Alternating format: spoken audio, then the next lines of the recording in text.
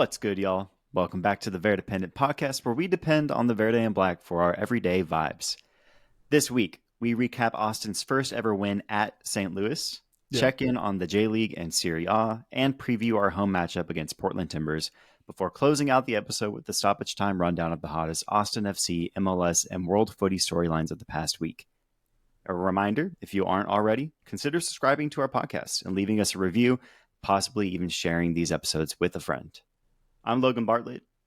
What's up, everyone? This is Paul Fletes. Paul, 3 straight wins for the first time in about 3 years for the club. What are the vibes right now? Dude, it feels so good right now to be an Austin FC fan. And I know we talked about this last week where we were trying our best to not make direct comparisons to 2022, but right now We're gonna. Feels good, man. Feels good. How about you? How are you feeling?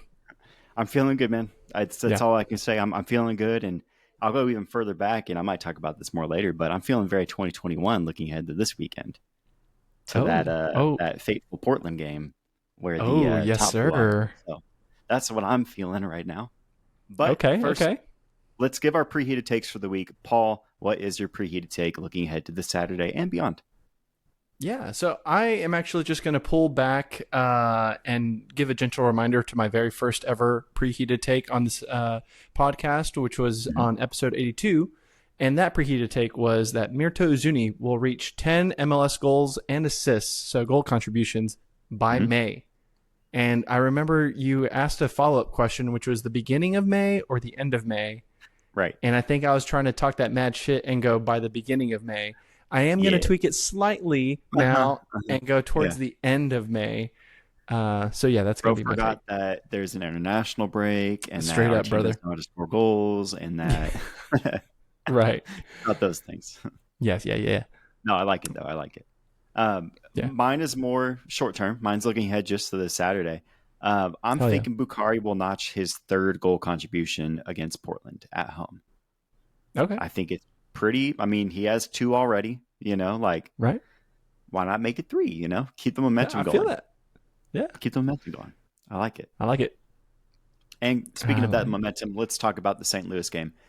Austin FC earned their 3rd straight win this weekend in St. Louis, making it the first time since 2022 the club has won 3 straight matches.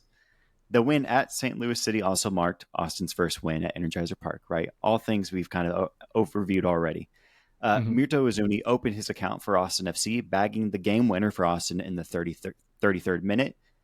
Uzuni in the post-game press conference said that he sees everything, or more specifically, I see everything, referring to the direction he gave Bukhari to keep his head up when driving into the box to find Uzuni, who was open on multiple occasions.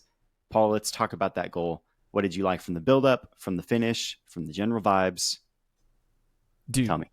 Yeah, man. I mean, let's work backwards here. So I think we got to start with vibes, right? Because that's what we depend on over here. But I think there's a lot to like about this goal in particular, more so because of who we scored it against with St. Louis, right? It's taken us 3 seasons to notch our first dub, right? Yep. And this season they were like defensive powerhouses to like start the season. Yeah. Exactly. Allowing 1 goal. We've since doubled their goals against, right? Yep. In the span of 2 weeks. And so you love to see that. So the vibes are immaculate in that sense. The finish, cool as you like. I kind of wish he did the Cole Palmer Selly, man, because that's how it went down. Yeah. But we're going to stick it with the Eagle Wings. Yes. And then, just the build up, man. I mean, from Stuver, you had it going all the way to, I think it was Brendan that was like receiving that pass from deep down. He squares it to Owen, releases Buka. Buka finds Myrto. I mean, yeah, man. It was solid play. I'm pretty sure it was actually, I think it was Danny that received the pass from Brandon Vasquez. I could be wrong, though. Okay. Possibly. Young midfielder receives the ball from Vasquez, who was way down in the midfield. Yeah. Right. He dove down into the midfield. He let the defense come to him and just squared it over. All the space in the world for Danny, Owen, whoever it was, to take it. And you see Buka on that right wing. Yeah. Yep. Exactly. The finish. I want to point something out. I didn't realize this till I rewatched the highlight on Austin FC social media. The very last 6 seconds or whatever, that camera angle from inside the goal, you see how close that shot was to not going in, right? He hits it. The contact he gets on is good, but it's going right at the center of goal, hits the defender's knee or shin or whatever, flies off the post and bounces in. And from the run of play, it looks like it just hits the back of the net like it's nothing. Like pace on it, boom, back of the net, corner, goal. But that was an inch or two off from being a 0-0 game still. Yeah. Also 7 points in that one game. You know, hell yeah. The bar and goes in for 2. Love it. But yes, the finish was good, but stressful on the highlight. You're like, oh, we almost didn't win that game. Yeah. And the vibes, man. The records start now. Record breaking starts now, right? You got to get your first. And Uzuni, he's going to hit 10 in May, by May 1st, according to Paul. And then go from there. It took just 222 minutes for Uzuni to score his first goal for Austin. Paul, let's do a fun exercise. Which Austin FC DP was the fastest to score a goal in the Verde Black? Oh. We have a handful to choose from here. Right. It's a handful, but I want to start off with maybe some qualifiers here. I just want to make sure. Yeah. So, like, first, are we counting stoppage time in this count? No, probably not, actually, because I didn't count. So we're doing just full 90 minutes according to FBref. Okay. Yeah. Good question. Gotcha. And then are we counting like PK shootouts or direct free kicks, or are these strictly just first goal notched in the stat book, regardless of how it came? Okay. And then, gosh, man, hold on. Okay. How about, are we counting players who have been on the roster that end up re-signing as DPs? Yes, there's only one of those, but yes. Then I think I know my answer, G. Okay. Yeah, please. Is it our captain, forever our captain, Mr. 8 himself, Alex Ring? Okay. Yeah, it is. And my boy, I doubted you. I don't know why. You're smarter. You're smart. You got that intelligence. What? Bro. No, well, so I had this ready to go because you were going to say Pochettino, and I was going to be like, that's dumb as shit. It's actually because that's me, I guess. Asterisks, right? Because he was on the roster already. He became a DP before the 2023 season. Season, thank you, whatever it was. 2022 season. And then he scored a goal 14 minutes into that game against Cincinnati. Yeah. So technically it is Alex Ring. Now, asterisks on that, besides Alex Ring, who technically had already been on the team for a year. Right. Who is the fastest? I don't want to get canceled here, but I think that should be enough to tell you who is the owner of that. That's funny. No. Cecilio got his first goal 153 minutes into his career for Austin FC, which is, including Alex Rings, the third fastest goal by a DP. The first fastest, funny enough, was actually one Osman Bukhari, who got his first goal just 141 minutes into his Austin FC career. That's right. It only took him, exactly. So today it was his third game, if I'm not mistaken. He came off the bench, and then I think he played a 60, and that was, or 260s, and that was when he scored. Yeah, it was Charlotte and then Nashville. Yeah. Right. So, Sheesh. Transitioning out of that, let's talk about Bukhari. With the assist to Uzuni, Bukhari got his second goal contribution of the year, trailing only Owen Wolff in goals plus assist on the team. Is this worst winger in club history behavior to you? Oh my God, bro. What kind of question is this, man? A one by a hold on. Well, yeah, right. Let's I guess we should probably provide a trigger warning here because I feel like some of these names that we're about to talk about might take people back to some dark times here. Yeah. But, dude, I don't want to disparage any of these professional athletes, okay? But, like, we got to keep it a buck. I mean, let's start off with a couple of names here. I'm thinking right off rip, Kakutamane, Manny that was Perez. My first one. All due respect. Bro, all due respect. The utmost. You know what I'm saying? Yeah. But like those two names in particular, you listen to them and you're like, oh damn, I kind of forgot he was like on the club, like on the books. Yeah. So not necessarily a bad shout there. But then the two other names that I'm about to say, hold on tight because this might get you mad. But you've got Rodney Redes and Emiliano Rigoni. Okay, those two can box it out for the worst winger in Austin FC history, bro. And let me just say, I know you're the stat king. But just purely off, not at all, off labels, dude.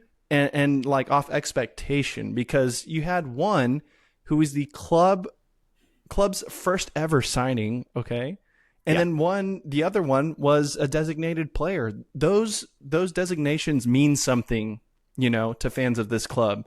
And since then it's all been a meme, dude, Like no, that. And I'm glad you bring those two names up, Reyes and Rigoni, because obviously for those who know, you already know this, but for those who don't know, this was an actual question brought up by local reporter Jorge Iturralde. And so he asked outright, Bukhari, given the price tag and given his lack of production, or quote unquote lack of production, is he the worst winger in club history? Right. So if we want to take those definitions, right, those two barometers as comparison, right, how much he's being paid or we paid for him plus how much he's produced, Reyes and Rigoni are two great names to bring up because they're, like you said, DPU 22, first signing in club history, right? All this potential and excitement, expectation that came with it. Rigoni being the replacement for two failed wingers on this club, and Cecilio and Pochettino. He was the guy that was going to come in and change our fortunes. I mean, not that extreme, but our fortunes on the wing, right? Drissi was already him. He sucked butt, for reference, I had these numbers. It took Rigoni 1,091 minutes to get his first goal. And if I'm not mistaken, and I could be making this up, but I think he scored a goal first before he ever even got an assist on the club. Or it was like an assist or two, like just a few weeks before that. Right. If I remember correctly. I could be wrong. Yeah, you were not counting the PK that he scored against RSL in that shootout. So which was shootout point. Thank you for clarifying. Yes, not counting shootouts. That's not a goal on the stat sheet. That's something else. Right. So specifically goals in game that counted on his stats. Yes, thank you for that point. I realize that's what you meant. Something like 24 games, bro. It took him 24 games, and often in increments of like 45 minutes, 60 minutes. Brother, like rarely put in like 90-minute shifts, which was so annoying. Yeah. Anyway, to that point, we don't have to stay on this longer, but I just wanted to shout out Bukhari for contributing in the way he has so far. We did pay a lot for him, and we have a lot of time for him to make show his value. Right. And to be fair, I have come on here and said, like, hey, I am a healthy level concerned about the lack of production from Bukhari. Just a few weeks ago. Yeah, understanding that like there's still a lot of time with this new roster around him. Right. It's going to take some time to click, but when it does, I mean, we're already seeing it against one of the stingiest defenses this season. He's able to cook it up and then, serve Myrto for the game-winning goal. So, let's relax on the worst winger in club history talk, please. He's easily one of the best. So, yeah. Paul, remind me what year it was that Chelsea allowed just 15 goals all season. Was that 05? I'm going to go on a hard tangent here because I just want to know. Yeah, I think it was like somewhere in the early 2000s, my guy. Okay, cool. Looking at that season, right, Chelsea led in 15 goals, staunch defense, right? And by no means am I comparing Austin FC so far to that Chelsea team. That's that's the best defense of all time. But just in terms of the direction that this club is going, hard to score against, doesn't score that much as a comparison. I just wanted to look and see what Chelsea rocked that year, and this is all competition, so it's inflated by other games. But Chelsea scored 71 goals in 38 games that year, which is a lot. But in the grand scheme of things, that includes FA different cup matches and things like that, UCL, other things, right? So I don't have the number in front of me, but I just wanted that as a reference of like, okay, they let in 15 goals. If we're going to be a super stingy defensive team and score 1 or 2 goals a game, right, and that's kind of where we live. We're trending. In that 1-0 victory dub space, like how many goals is not enough? You know what I mean? And that's a narrative for another day, but it's just something to keep an eye on as you move forward. Like for sure, if we're only scoring, under 2 goals a game, but we're allowing like 0.4 goals a game or whatever, that's okay. We don't need Bukhari to score 15 goals if we're allowing, 20 on the year, which that's how it's going to end up, but we're trending that direction right now. Yeah, no, for sure. Anyway, let's keep it moving. And speaking of that defense, let's show some love, man. For the deserved match day's best 11 center back, Brendan Hines-Ike. You posed this question the other day in one of our chats, so I'm just going to throw it right back to you because I know what the answer is. Is Brendan Hines-Ike the best center back making less than $500K in MLS? I'm actually going to raise you this question, bro. Okay. Because I'm going to ask you, could he be the best center back making less than $200K in MLS? Yeah. Right? Who else is? Duh, bro. The answer is capital D-U-H. I can't even name anybody else that's making that little money. Kip Keller is even Can league still. Bro, you look at the MLSPA salary, drop from September 24. Brother is making like 198 or 199K, dude. Yeah. This dude is about to get a bag, bro. Svatak on 300K. Let's remember that, y'all. Roto was cooking with these boys. Yeah. Under 500K for our starting center backs combined. Right. It's crazy. Right. Yeah. And they're allowing, a few goals, like half a goal a game at this point. Yeah. So that's what's up. Yeah. And I did a quick recount of the clearances from that 22 season. Remember, everyone loved Ruben Gabrielson. He was that dog. I think he totaled, it was 89 clearances on the season. Okay. And if I'm not mistaken, per FB Ref, Brendan Hines-Ike is already at 50. This season? That's like 50 for this season. 50 clearances. Holy shit. In 6 games, brother. What? He's got 56% of Ruben Gabriel's clearance count already, dude. Yeah. And people were shouting for him to be an all-star in 2022. Yeah. You know what I mean? Like, right. Crazy, bro. So anyway, that's just one metric, that I like to pull out for fun. But, bro, I mean. That was a loaded question just to be like, yo, Brendan Hines-Ike is kind of him. Dude, we love him, dude. Not that we ever doubted him. Like, we've never really been critical of him. We've just been, like, tempering our expectations. Right. But he's exceeding them greatly. He's the center back version of Stu, basically. Little journeyman action, never really got his break. Was kind of mid at DC United, comes to Austin, boom. Yep. Yeah. I love it, man. I love it. Halftime. League's correspondence. It's been a month. Time to check in on J League and Serie A. So, Paul, I'm going to hand it off to you first. I know you wanted to explore a little bit about Japanese football as kind of a narrative, and then we can get into some of the back and forth of what's going on between the leagues. For sure. Yeah, man. So I think last week we touched on this when one of our stoppage points covered Japan being one of the first nations outside of the host countries to qualify for the World Cup. And it got me really intrigued about how the J League actually helped propel Japanese, domestic football and their national team up into like the, competitive level of like the other like great, footballing countries in the world. And so I just thought it was really cool to see, when they started their league roughly around the same time as MLS, that's when you start to see their teams really take off. This is going to be their 8th consecutive appearance in the World Cup, man. Before that, they really didn't have a good place to bring up, Japanese footballers that weren't playing, domestically. And so I just thought it was really cool to see, this many years later, it's almost an expectation, like it's a no-brainer that Japan should like qualify for the World Cup. And so I like that you mentioned that too, because 8 straight qualifications, right, for Japanese team. The league is now 30 years old. This is their 30th season, and 8 times 4 is 32, right? So like in the formation of leading up to this, restructuring of professional Japanese football domestically, has really shaped the last 30 years of the nation's the national league level or the national team level. So. Yeah. And it's interesting you say that because looking, like at the U.S., we have a blip in our history of qualifying for the World Cup in 2018, and so it is different. And we both kind of reached the same pinnacle of like World Cup fame. So it's like at the round of 16 is kind of where it pivots or pinnacles or, For us, where we've both peaked. Thank you. Yeah. I got you. Pinnacle was cool too, though. I like that. Right. But yeah, anyway, it's just interesting. But interesting.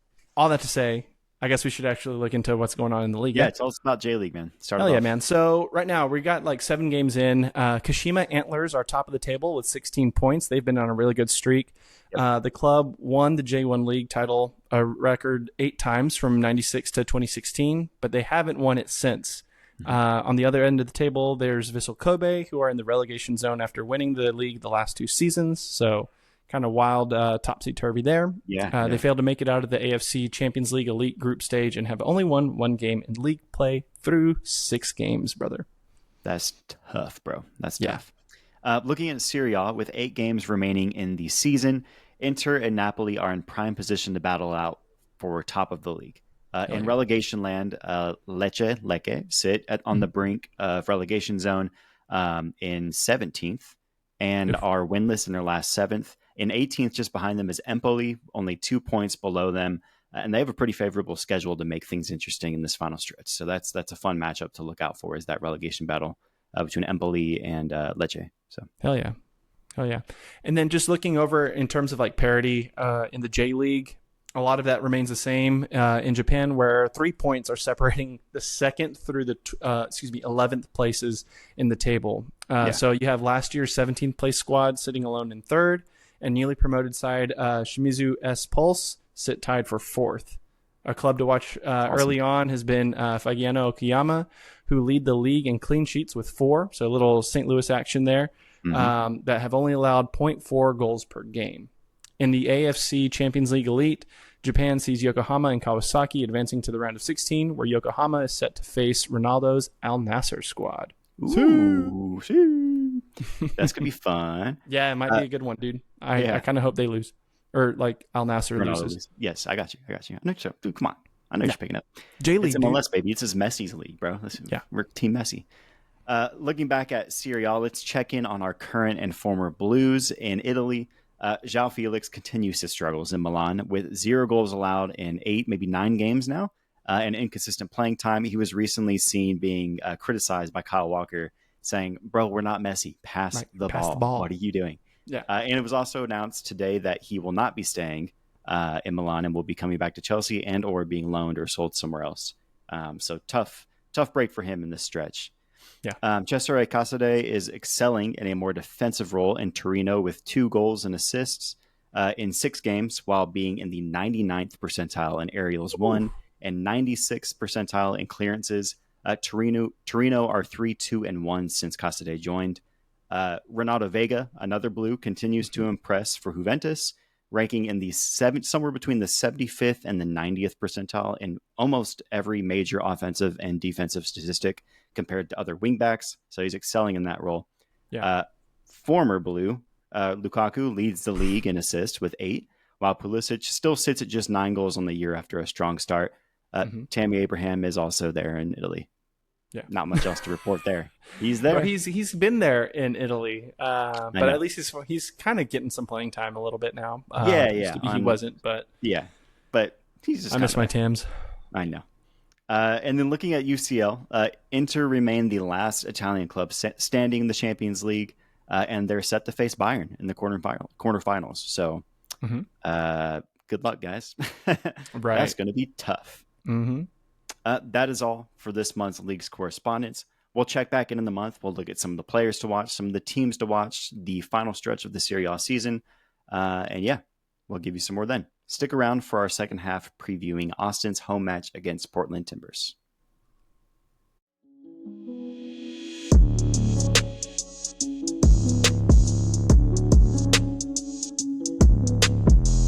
Yo, Lobar, I was looking at your memento from the game last Saturday, and that picture was fire, dude. Why don't you talk to the people and tell them about their new favorite app? For sure, man. Memento is your sports scrapbook for Austin FC. Your games, your stats, your scores, a memento for every moment. Every memento is yours to personalize. Add your photos from Q2, tag the homies, and relive your unique experience. Every memento is packed with stats, so watch as your sports history grows as you add a memento for each game. From Austin FC to NWSL and NCAA to the Premier League, NFL, and NBA. Track your fan experience from the palm of your hand. Help the pod out by downloading Memento today. Follow the link in our description or on our socials to start tracking your mementos. Thanks.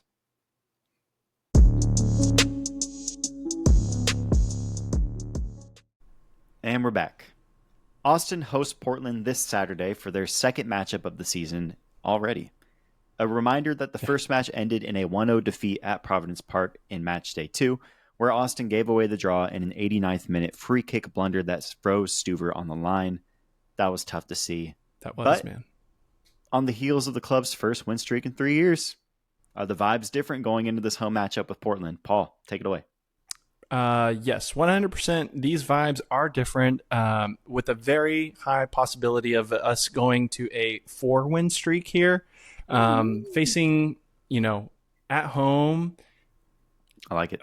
You said this, dude. You said this, and I'm so excited now. I can only think of this one thing where we're going back to our first ever matchup between Portland, where is that 4-1 thriller at Q2 back in 2021, and man, it kind of feels like it could be that. That's where my head's at. Right now. That's all I can think. Like, I know we're not scoring like that right now, right? That's not why. It's more so just who says no, right now. Yeah, we're good right now. Like, we're on a streak. Uzuni's out there, like, coaching the guys, like, hey, look out, keep your head up. Like, you're not alone. Remember that. You got backup now. Let's do this. Yeah. And I think, there's just, the more our GPs score, the more our leaders contribute, right? Looking at Uzuni, looking at Bukhari, Stuver, other guys, right? Like, the more we're going to snowball, man. It's just going to get bigger and bigger, and this club's going to keep, the momentum is going to keep going, and the attack is starting to figure itself out in terms of, like, the different ways they can create and different ways they can set things up. And I think this could be an opportunity against Portland where that all comes together, and we see it, we explode into this kind of scoring outburst. So I'm excited, man. Yeah, I think, again, this is not as stingy of a defense as we saw with St. Louis. Right. And also, it reminds us of kind of like that San Diego style of play where they were very much willing to come up into our third at times and expose a lot of their, like, middle and back third for counterattack. So, like, the game is definitely going to feel like it's going to be open for us to get those multiple goals. Yeah. But I mean, they still have some quality players on that pitch. I mean, can't forget David DaCosta that scored that free kick. They've got Anthony Santi Moreno's still there. Yeah, Moreno's still there. Right? He just scored. So you just gotta be careful, but it's definitely doable, man. I like. Yeah, if Houston can score a goal on you, bro, like, we can too. You know what I mean? Right, bro. And also, shout out, thank you, Portland, for dumping on those boys. Just laying one on the respectfully, forehead. we're gonna have to do that to you now. Okay. Yeah, you beat up our little brother, we got to beat you back up. That's what it is. It's like, he needs it. He needs to learn his lesson, but also, like, you don't come to Texas and fuck around. Right. We keep it weirder. That's it. Better green. We've hinted at this already. The biggest criticism of Austin FC to date is that they haven't put together a convincing game offensively. Do you think this is a fair criticism, or is this something that shouldn't concern fans? I think it's fair because, fans, for however technically minded they might be in terms of soccer, right, looking at the game, they're not MLS sickos like some of us would be. And so, like, if that number at the end of the day is not, a bigger number than the opponents, then it's like it might not be a fun thing. But I mean, just looking back at last week against St. Louis, we had multiple opportunities where we were actually transitioning through a practically, like, 5-back defense at times, which is really encouraging to see. And now that we're back at home, we're on this, momentum of 3 wins. Yeah. Like, I don't know, man. I think you kind of, you put that concern off to the side for now, and you kind of bring on some more of that optimism, and then you just get ready to throw some beer and put your hands up and sing all the Myrto chants, because we're going to be scoring, dude. It's going to be great. Yeah. I think it's a fair criticism until it isn't, right? Like, the team has done great defensively. If we keep that up, we're underperforming the year. Yeah, exactly. Right. And we're getting points on the road. Like, we're doing everything that we need to be doing.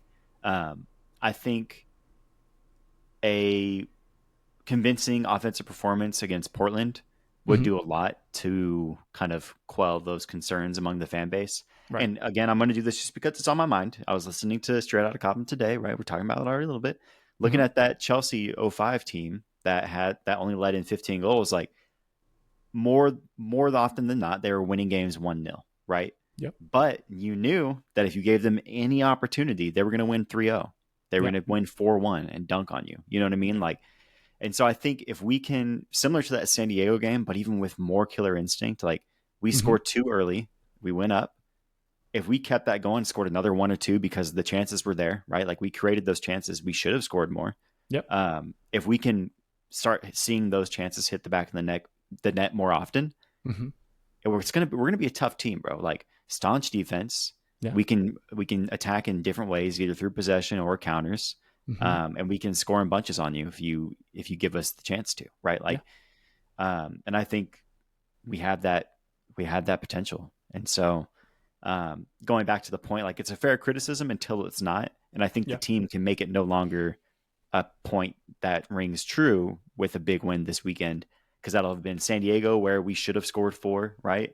And I'll still count that, especially if we continue that trend. We're like, yeah, we're going to win a lot of games 1-0, but we're also going to randomly go up 3-0 on you in the first 30 minutes because you let us, right? And then we're going to bunker down on you and choke out the game. So, yeah, that's my take on that. Hell yeah. Anything else there, or prediction time? Let's do some predictions, yeah? All right. Start us off, Paul. What's your prediction for this game? We keep referencing that 4-1 win. So, like, are you feeling that vibe, or...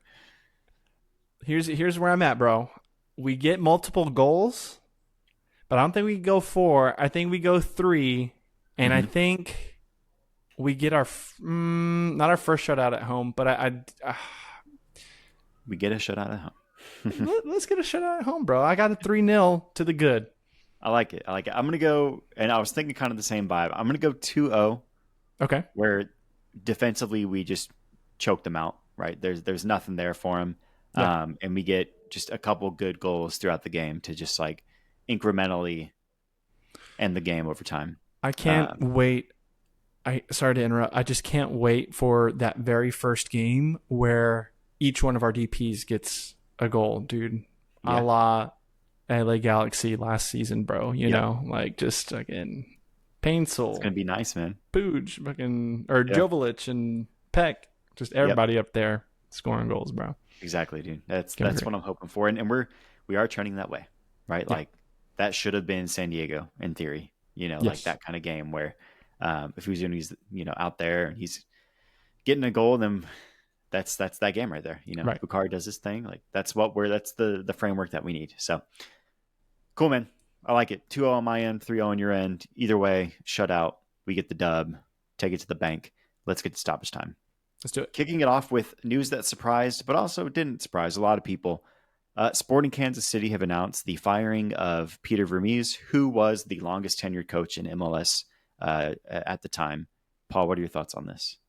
Yeah, man. RIP a legend, low key, in terms of this league. If you follow MLS, Peter Vermes, make all the jokes that you will. But I mean, they've won trophies, 3 Open Cups, I think 2 MLS championships, if I'm not mistaken. So like that. They got some stars. Put a little respect, but I think it was time for a change for sure over there in SKC. I guarantee he'll be picked up by the next offseason at the latest, either in MLS or somewhere else. Unless he wants to retire. I haven't looked at any news regarding what he said. Right. But if he wants a job, it'll be there. Yeah. But SKC was in a tough stretch. I can empathize with their fan base for sure because they wanted him out. I think they penned a letter asking for his resignation just last week, and ownership said that had nothing to do with it, but they fired him just a few days later. So tough to see, but also he'll land on his feet and keep doing good in this league or elsewhere. For sure. Chuka Lozano returns from injury and powers San Diego FC over LAFC 3-2 at home. A big win for the new club against a probably will be rival. Or already is rival. Yeah. What are your thoughts on this? Yeah. My immediate reaction to that game, the result was, oh shit, I don't look forward to going to Snapdragon and playing that team.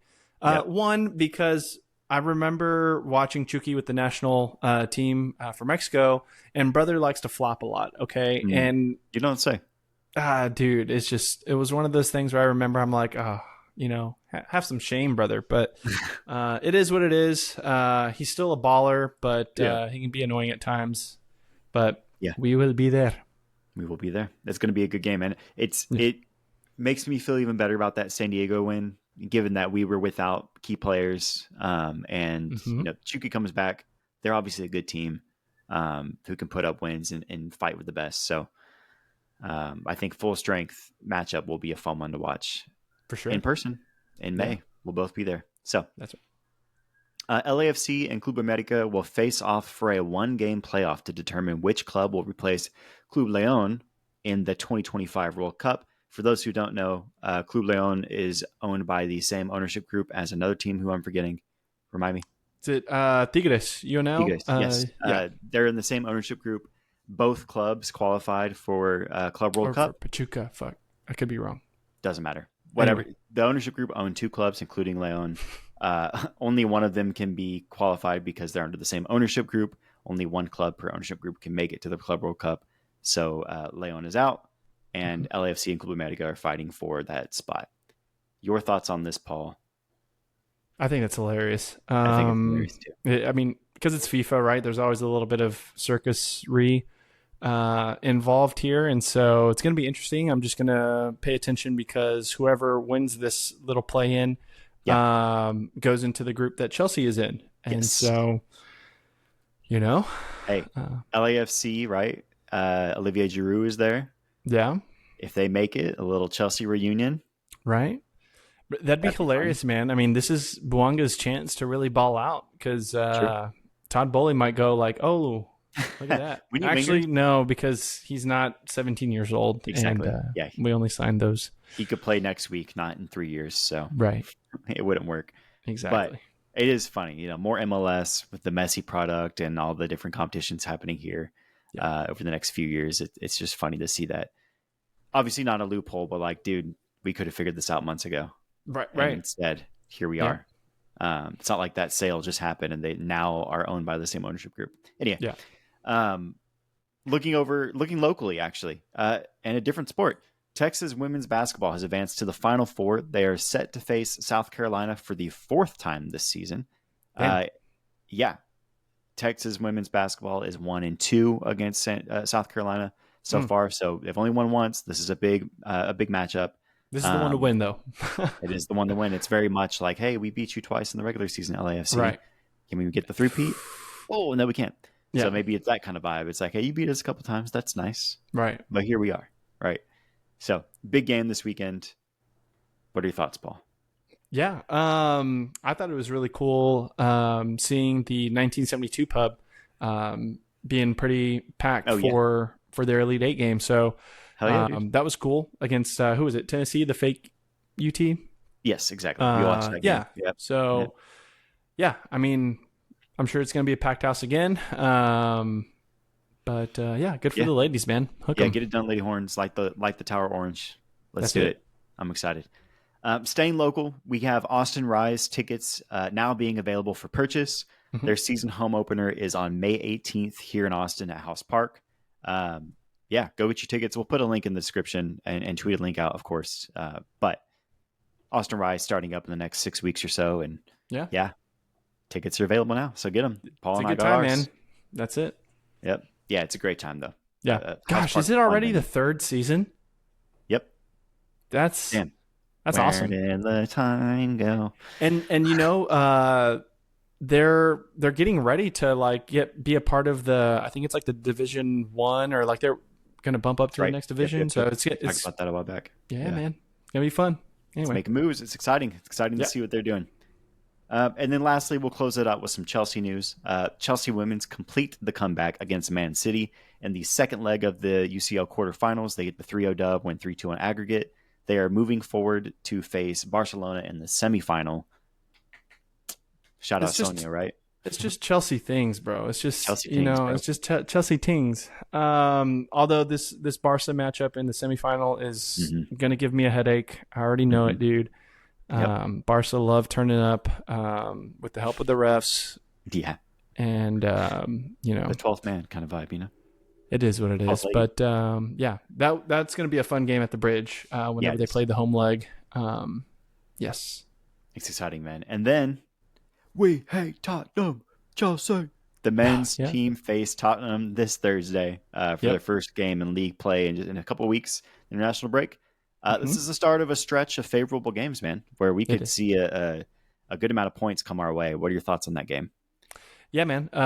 Very favorable lineup coming up. I just want to look at the stretch game at a time. Tottenham, I think if we can get that with a dub, be great to kick off the weekend. Yeah, even though they play Thursday, right? Like you were saying. Yes. But yeah, I think it's going to be good. It's going to be fun, man. Yeah. All right. That's it. We appreciate y'all kicking it with us on this week's episode of the Verdependent podcast. I'm Logan Bartlett. You can catch me on Twitter at LobarVHLM. And I'm Paul Fletes, and you can catch me on Twitter at PaulAndrewFC. It's a government name. It is. Government name. Just look it up. You'll get the social and everything. It's there. That's it. Keep the chatter going online by following at the Verdependent on socials. And again, before we leave, we'd just like to remind you, if you haven't done so already, please consider subscribing to the Verdependent podcast. We're on Spotify, YouTube, Apple Play, or Apple Podcasts. Everywhere you get your podcasts, we're there. Please like it. Please subscribe. Follow us. Let us know you like the content. And yeah, share these episodes with your friends. Let us know you're out there. We appreciate y'all. That's an episode. Peace. See ya.